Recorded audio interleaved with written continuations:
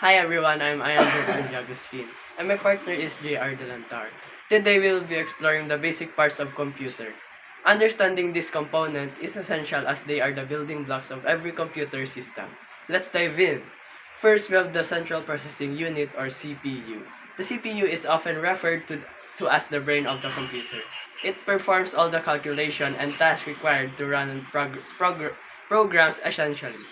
It processes the instruction it receives from the software and hardware. Next up is the motherboard. The motherboard is the main circuit board of the computer. It connects the CPU, memory, storage devices, and other hardware components. Think of it as the nervous system that links everything together. Moving on to the random access memory, or the RAM. RAM is the computer's short-term memory where the data is temporarily stored while you're using your computer. It allows the CPU to quickly access data which speeds up the performance of your computer. Now let's talk about the storage devices. The most common types of storage devices are hard disk drive or HDD and solid state drive or SSD. HDDs use spinning disk to store data, while SDDs use flash memory. SDDs are faster and more durable, but both are used to store your files, application, and operating system.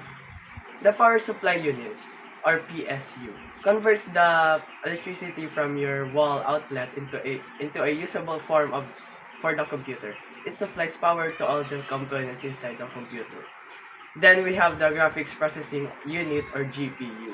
The GPU handles all the graphic and visual output that you can see on your screen. It especially important for tasks like gaming, video editing, and graphic designs. Lastly, we have input and output devices.